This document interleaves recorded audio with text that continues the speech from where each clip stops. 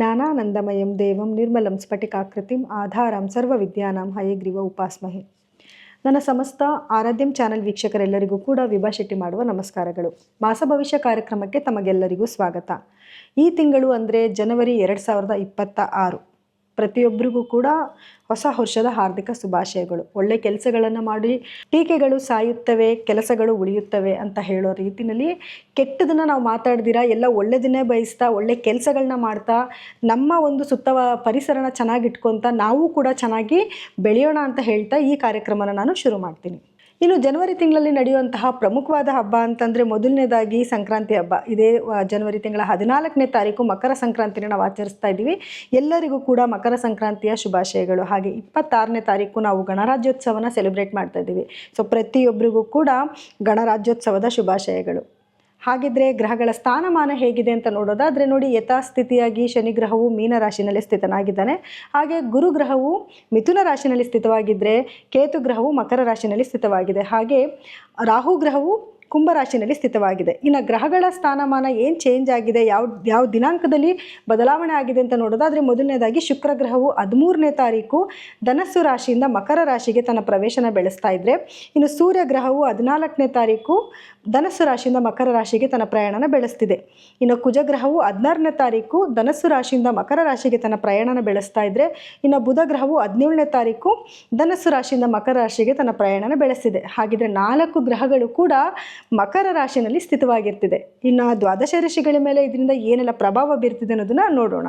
ಇನ್ನು ವೃಷಭ ರಾಶಿಯವರ ಜನವರಿ ತಿಂಗಳ ಭವಿಷ್ಯ ಹೇಗಿರುತ್ತೆ ಅಂತ ನೋಡೋದಾದರೆ ನೋಡಿ, ವೃಷಭ ರಾಶಿಯವರಿಗೆ ಒಂದು ಅದೃಷ್ಟಕರವಾದ ತಿಂಗಳು ಅಂತಲೇ ಹೇಳ್ಬೋದು. ಯಾಕೆ ಅಂತಂದರೆ ನೋಡಿ, ಎಲ್ಲ ಗ್ರಹಗಳ ಸ್ಥಾನಮಾನನೂ ಕೂಡ ತುಂಬ ಚೆನ್ನಾಗಿ ನಿಮಗೆ ಅಲೈನ್ಮೆಂಟ್ ಆಗಿದೆ. ಇದರಿಂದ ಒಂದು ಅದೃಷ್ಟಕರವಾದ ತಿಂಗಳು ಅಂತಲೇ ಹೇಳ್ಬೋದು. ಈ ತಿಂಗಳಲ್ಲಿ ನಿಮಗೆ ಒಂದು ಒಳ್ಳೆ ಧನಲಾಭ ಆಗುವಂಥದ್ದು, ಏನು ಕೆಲಸಕ್ಕೆ ಕೈ ಇಟ್ಟರು ಕೂಡ ಕೆಲಸದಲ್ಲಿ ಜಯ ಆಗುವಂಥದ್ದು, ಕೂಡಿಟ್ಟಿರೋಂಥ ನೀವು ಸಂಪಾದನೆ ಮಾಡ್ತಿರೋಂಥ ದುಡ್ಡನ್ನ ಕೂಡಿಕಕ್ಕೆ ಒಂದು ಅವಕಾಶಗಳು ಬರುವಂಥದ್ದು. ಸೊ ಎಲ್ಲ ರೀತಿಯಿಂದನೂ ಒಂದು ಶುಭವಾದ ತಿಂಗಳು. ಮೊದಲನೇದಾಗಿ ನೋಡೋಕ್ಕೋದ್ರೆ ನೋಡಿ, ಗುರುಗ್ರಹದ ಒಂದು ಸ್ಥಾನಮಾನದಿಂದ ನಿಮಗೆ ಒಂದು ಫಿನಾನ್ಷಿಯಲ್ ಸ್ಟೇಟಸ್ ತುಂಬ ಚೆನ್ನಾಗಿರುತ್ತೆ. ನಿಮಗೆ ಹಣದ ಮೂಲಗಳು ಜಾಸ್ತಿ ಆಗ್ತಾ ಹೋಗ್ತಾ ಇರುತ್ತೆ. ಇವಾಗ ನೀವೇನೋ ಒಂದು ಕೆಲಸ ಮಾಡ್ತಿದ್ದೀರಾ, ಒಂದು ಕಡೆಯಿಂದ ನಿಮ್ಗೆ ಹಣ ಬರ್ತಾ ಇದೆ ಅಂದರೆ ಇನ್ಯಾವುದೋ ಒಂದು ಆಪರ್ಚುನಿಟೀಸ್ ನಿಮಗೆ ಓಪನ್ ಆಗುತ್ತೆ.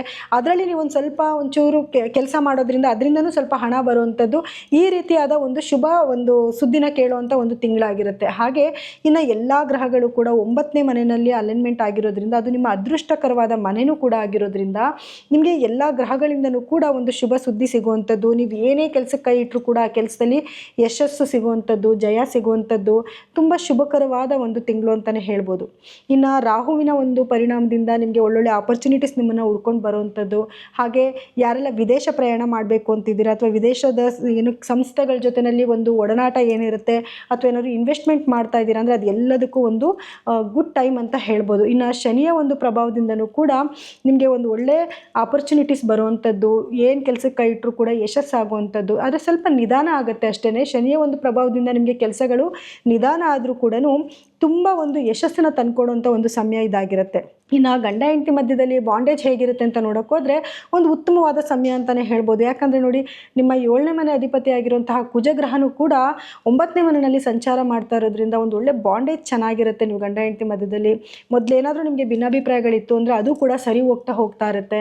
ಹಾಗೆ ಉದ್ಯೋಗಸ್ಥರಿಗೂ ಕೂಡ ಕೆಲಸದಲ್ಲಿ ಪ್ರಮೋಷನ್ ಆಗುವಂಥದ್ದು ಅಥವಾ ಜಾಸ್ತಿ ಸಂಬಳದ ಕೆಲಸಗಳು ಸಿಗುವಂಥದ್ದು, ಯಾರೆಲ್ಲ ಉದ್ಯೋಗ ಚೇಂಜ್ ಮಾಡಬೇಕು ಅಂದ್ಕೊಂಡಿರ್ತೀರ ನೋಡಿ, ಅವರೆಲ್ಲರಿಗೂ ಕೂಡ ಇದೊಂದು ಒಳ್ಳೆ ಅವಕಾಶಗಳಾಗಿರುತ್ತೆ.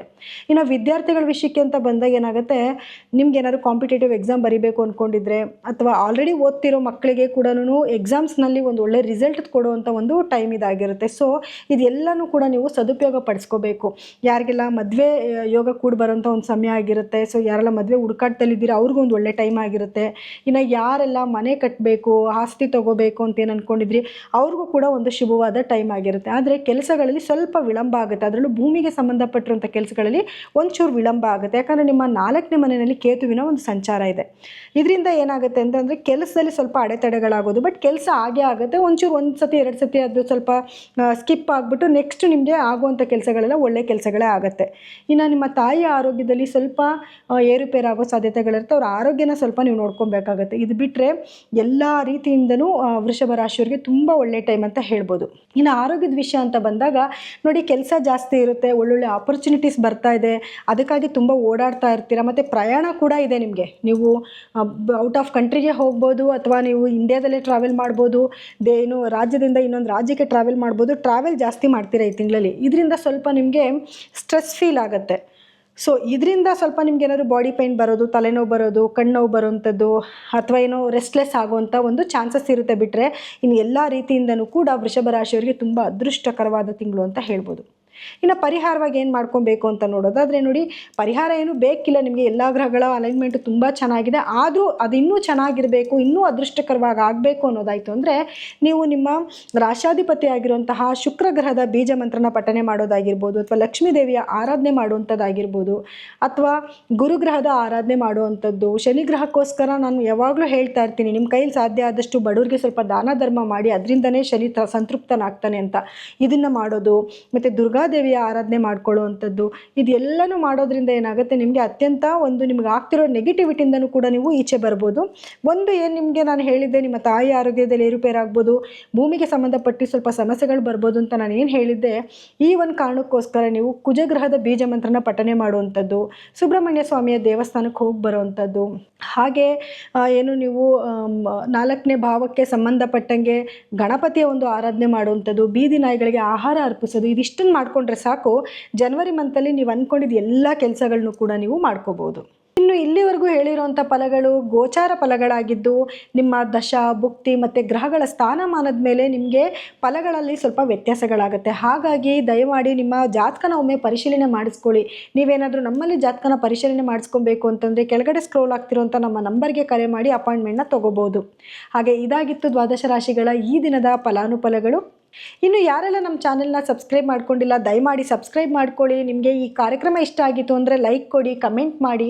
ಹಾಗೆ ಇದಾಗಿತ್ತು ದ್ವಾದಶ ರಾಶಿಗಳ ಈ ತಿಂಗಳ ಒಂದು ಫಲಾನುಫಲಗಳು. ಇನ್ನು ಮುಂದಿನ ತಿಂಗಳ ಒಂದು ಫಲಾನುಫಲಗಳು ಹೇಳೋದಕ್ಕೆ ನಾನು ಮತ್ತೆ ಬರ್ತೀನಿ. ಎಲ್ಲರಿಗೂ ಕೂಡ ನನ್ನ ಧನ್ಯವಾದಗಳು.